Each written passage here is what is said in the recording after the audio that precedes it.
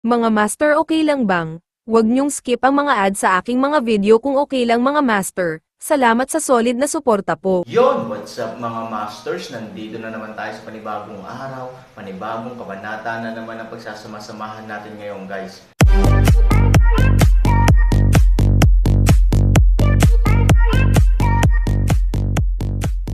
Bali mga masters, kung bago ka pa lang po sa aking YouTube channel, please click the subscribe button, lalong-lalo na po yung notification bell guys, para maging connected pa rin tayo sa isa't isa at maging updated kayo sa mga susunod ko pang video. Bali mga masters, bago natin umpisahan ng kwento ay mag-shoutout po muna tayo para sa mga solid nating tagapakinig. Shoutout kay Benedict Gosmo. Shoutout kay Evan Hope Marasigan. Yun na nga mga masters, no? Bali hindi na ito patagalin. In 3, 2, 1, let's go!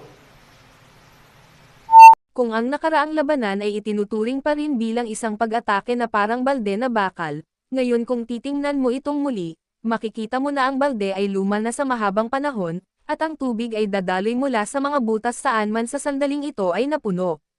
Ang kaliwat kanang pakpak ay halos mabali ng kalaban, at ang tuloy-tuloy na agos ng mga tropa ng kalaban ay patay-hilo. Ang buong 50,000 hukbo ay ganap na nagmamadali sa isang panahon, at ang ganap na kalamangan na dati nitong sinakop ay nawala sa sandaling ito. Sa kabaligtaran, ang sitwasyon ay napaka-passive pa rin. Elder Shenlang, kailangan nating makahanap ng paraan ng mabilis. Ang labanan ay ganito. Ito, si Zhu Yanxue ay mukhang walang magawa at balisa. Ito ang ilalim ng lungsod na dapat niyang mahulog. Kung hindi niya makamit ang kanyang layunin, mawawala ang kanyang asawa at mawawala ang kanyang mga sundalo. Malamig ang mukha ni Ye Shijun, agad kong kinuha ang reserve team para sumuporta. Damn it, I don't believe it. Hindi ko kayang linisin ang mga hayop na ito. Galit ding sinabi ni Fu Tian, pupunta rin ako. Talagang hindi niya pinapayagan ang sinumang tumutulong sa kanyang pamilya na mamuhay ng mas mahusay kaysa sa kanya. Kung gayon, patayin silang lahat. Nakareserba ba sa iyo ang reserve team? Tanungin kita, nakita mo na ba ang Aaron? Malamig na uminom ang napakagandang dilag. Kung biglang lumabas ngayon ang Aaron, ano ang gagawin mo para pigilan siya? Nang marinig ito, halatang natigilan sina Fu Tian at Ye Shijun. Matagal akong lumaban. Sa katunayan, ganoon din ang sinabi ng sugo ng dragon. Saan napunta ang Aaron? Pagkatapos ay kukuha ako ng 5,000 tropa at mga kabayo para suportahan at mag-iiwan ng 10,000 bilang reserve team. Okay lang ba iyon? Napaatras si Ye Shijun. Si Fu Tian ay sabik na tumingin sa sugo ng dragon. Natural, hindi na siya makapaghintay na mabilis siyang pumayag. 10,000 tao. Ngumiti ang sugo ng dragon, hindi malaking problema na pigilan ang Aaron, ngunit tinatanong kita, paano kung dalhin niya ang kanyang kakaibang mga hayop? Halos 10,000 ang kakaiba niyang mga hayop. 10,000 tao ang kailangang magdagdag ng Aaron para harapin ang mga ganyang kaaway. Masyado ka bang kumpiyansa? Ito ay hindi maganda, iyon ay hindi maganda, hindi mo ba kayang panoorin ang mga taong iyon na sumisira sa ating depensa? Nag-aalalang sabi ni Ye Shijun. Hindi nagsalita ang nakamamanghang dilag, ngunit siya ay parehong hindi nasisiyahan at galit sa kanyang mga mata. Sa mga tuntunin ng pamamahagi ng bilang ng mga tao, sa katunayan, siya ay kinakalkala ng maaga. Hindi niya maliitin ang kaaway tulad ni Ye Shijun at iba pa. Kaya naman, inapi ng 50,000 ang mga alagad sa kabilang panig ng bahay na gawa sa kahoy, na ginawa na ayon sa pamantayan ng pagwawalis ng mga nalaglag na dahon ng baha. Tulad ng para sa 5,000 elite na sundalo at mga eksperto na nagdrag sa Aaron, ito ay karaniwang naaayon sa kanyang pagkalkula ng paghagis. Bagamat talagang may kakayahan ang Aaron, kailangan niya ang pangangalaga ni Ivory at kakalag ka rin siya pabalik, kaya hindi malaki ang problemang ito. Sa ganitong paraan, habang patay, habang kinakaladkad, kahit may kakayahan muli ang Aaron, tiyak na mahirap ilabas sa laro. Tulad ng para sa iba pang mga variable, ang reserbang koponan ng 15,000 katao ay ang pinakamahusay na backup. Maaaring tumulong ang advance sa pag-atake, ang pag-urong ay maaaring labanan ang lahat ng mga variable, at ang buong plano ay walang putol. Gayunpaman, hindi niya maisip na si Ivory at isang babaeng nakaputi ay napatay sa daan, na ganap na nakagambala sa kanyang deployment. Si Ivory ay hindi isang pabigat. Sa halip, siya ay naging kalahati ng Aaron. Bilang karagdagan, Ang mga eksperto ay biglang lumitaw upang tulungan siya, kaya ang bentahe ng bahay na kawayan na orihinal niyang pinlano ay ganap na sakam. Ang epektong ito ay parang apoy sa parang, na hindi nagtagal ay nakaapekto sa sitwasyon sa kabilang panig ng bahay na gawa sa kahoy, at maging ang kalamangan sa kabilang panig ay lalong lumiliit. Grabe, wrong move pa rin at talo lahat ng laro. Elder Shenlang, ang kabilang partido ay nahahati sa Ivory at kaliwat kanan. Si Ivory at kaliwa ay napakalakas at hindi mahawakan. Ang tatlo pa ay pinamumunuan ng mga eksperto. Kung magpapadala tayo ng 3 eksperto sa oras na ito, naniniwala ako mapipigilan natin ang pag-atake nila, sabi ni Zuyan Shua. Bahagyang tumango ang napakagandang dilag, at ang mga salita ni Zuyan Shua ay talagang gusto niya. Bukod dito, ito ang pinakamahusay na plano ng tulong ng hindi gumagalaw. May kandidato ba? Bahagyang sabi ng napakagandang dilag. Mayroon pa ring 4 na master. Nagbigay si Zuyan Shua ng tanda sa kanyang mga mata. Biglang, ang itim na bundok na demonyong babae, ang puti na nakaharap sa Rain Devil, ang Phoenix Chicken Old Fairy at ang malaking paa na si Zun ay bahagyang humakbang pasulong at lumingon sa sugo ng dragon. Kami ay nasa pagtatapon ng Dragon Elder. 4 laban sa 3, bagamat nanalo sila, hindi sila sigurado. Nahulog ang mga mata ni Yeheyang sa kagandahan ng mundo. Ang 2 taong ito ay matagal nang gustong i-export ang kanilang masamang espiritu. Ngayon ay may 4 na ekspertong tutulong sa kanila. Mas lalo silang natuwa, we are also willing to fight. Okay, ang 6 mong sundalo ay nahahati sa 3 paraan. Lumaban ka dali, words fall, 6 people fly out. Mga master, okay lang bang? Huwag niyong skip ang mga ads sa aking mga video kung okay lang mga master. Salamat sa solid na suporta po. Ang 2 panig ay nasa grupo, na nakaharap sa Diablang Bait Ian, Shinji at Ningyo. Hindi mababa ang mga nagawa ng 4 na master mismo. Bilang karagdagan, ang lakas ni Shijun ay tumaas ng husto, na malamang nasirain ang Lanta at Dekadenteng. Sina Ningyo at Mo Bait Ian ay 2 master. Kahit na ang pagtatapos ng Futian ay medyo mas masahol pa, si Shinji ay may napakaraming problema sa isa sa 4 na eksperto at siya. Habang pinipigilan ang mga pinuno, ang buong sitwasyon ng digmaan ay nagsimulang magbago ng malaki. Ang 3 koponan na nakalusot na sa inaasahan ay humarap sa matinding pagtutol at pinanood ang kanilang pag-asa na mapawi. Sina Shinji at Mo Bait Ian ay magkasunod na nasugatan. Bagamat malakas ang cultivation ni Ningyu, hindi niya kinaya ang pag-atake ng 2 nangungunang eksperto, sina Ye Shijun at Bigfoot Zun. Pagkatapos lamang ng ilang dosenang galaw, halatang wala na sa lakas si Ningyu. Sinamantala ni Shijun at malaking pa Zun ang kanilang pag-atake at natalo si Ningyu at umatras. Ningyu, ano ang gagawin natin ngayon? Si Shinji at ang iba pa, na sa wakas ay nagmamadaling lumabas, ay muli na ngayong binugbog pabalik sa kanilang orihinal na posisyon, at ang kanyang katawan ay puno ng mga galos. Siya ay sabik na bumalik sa parehong nagyayelong buwan. Puno ng dugo ang bibig ni Ningyu.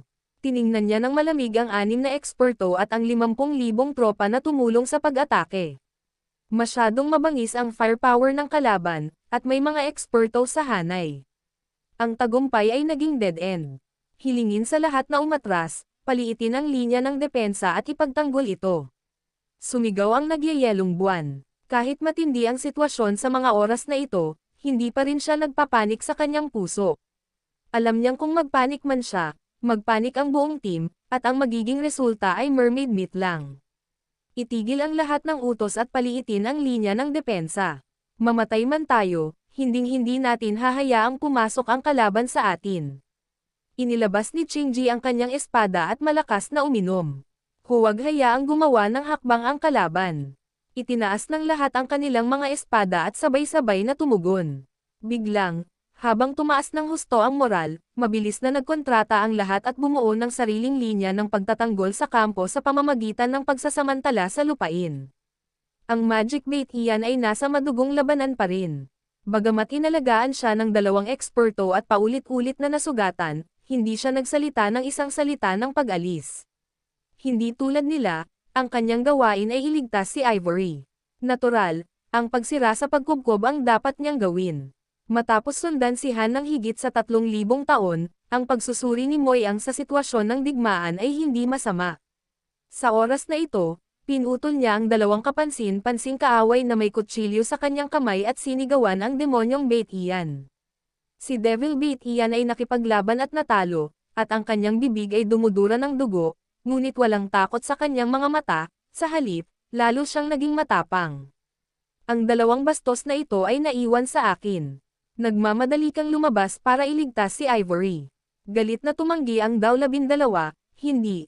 Ang dalawang taong ito ay may napakataas na tagumpay. Kung walang tutulong sa iyo, mamamatay ka lamang dito. Ano bang problema ng demonyong Bait Ian? Wala pa ba kayong buhay kapag patay na ako? Takot kayo sa mabahong crane. Tara na. Sa sandaling nainom niya ang kanyang galit, ang Diablo North Sky ay direktang tumalon sa dalawang master. Malamig ang mukha ng Black Wind Enchantress, gusto mo silang pumunta. Ang mga baliw ay nagsasalita tungkol sa mga panaginip. Ang mga salita ay nahulog, at ang puting nakaharap na Diablo ng ulan ay naglalayong sa Diablo sa hilagang langit, na isang mabangis na pag-atake. Gusto nilang dalawa na patayin ang Magic Bait Ian sa pinakamaikling panahon at basagin ang plano ng taong ito sa lalong madaling panahon. Panaginip ba ito ng tanga? Hindi ko alam hanggat hindi ko sinusubukan. Malamig na ngumiti ang Devil North, kinagat ang kanyang bibig na puno ng dugo, at direktang sumugod sa kanila ng may puso ng kamatayan. Nagkaroon ng pagsabog, at ang dalawang master ay nagtakda ng mga hadlang sa depensa ayon sa pagkakasunod-sunod, na maaaring maiwasan ang gayong pagsabog na pag-atake. Sa kabaligtaran, ang Diablong Bait Ian ay tila hindi natatakot sa epekto ng pagsabog, ngunit sinamantala ang kalakaran na ito upang umatake pa rin. Shit, baliw ba ang lalaking ito? Hindi siya namamatay. Nang makita ang dagwang Diablo na si Bait Ian, maging ang maputing mukha ng ulan na demonyo ay hindi maiwasang matakot sa oras na ito. Ang itim na bundok na demonyong babae ay nagdikit ng ngipin. Ang gayong nakamamatay na pag-atake ng pagpapakamatay ay talagang kakilakilabot at makapangyarihan.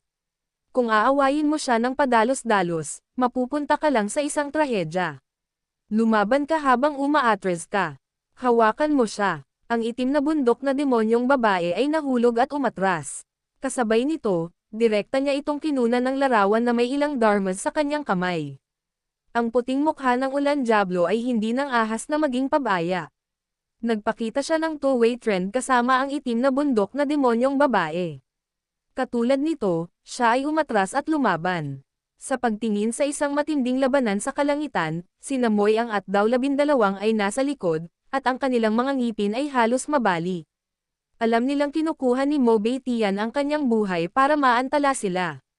Mga kapatid, mamatay man o sumugod.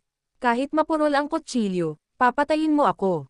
Pagkatapos nito, direktang kinuha ni Moy ang kanyang kutsilyo at pinatay sa malawak na hanay ng mga kaaway. Storytelling channel sa YouTube. Patayin. Alternasyon. Direktang hinugot ng Daw 12 ang malaking daw, at dinilaan ng kasamaan ang dugo sa dulo ng kutsilyo, malamig na ngumiti, at direktang pinatay ito sa susunod na segundo.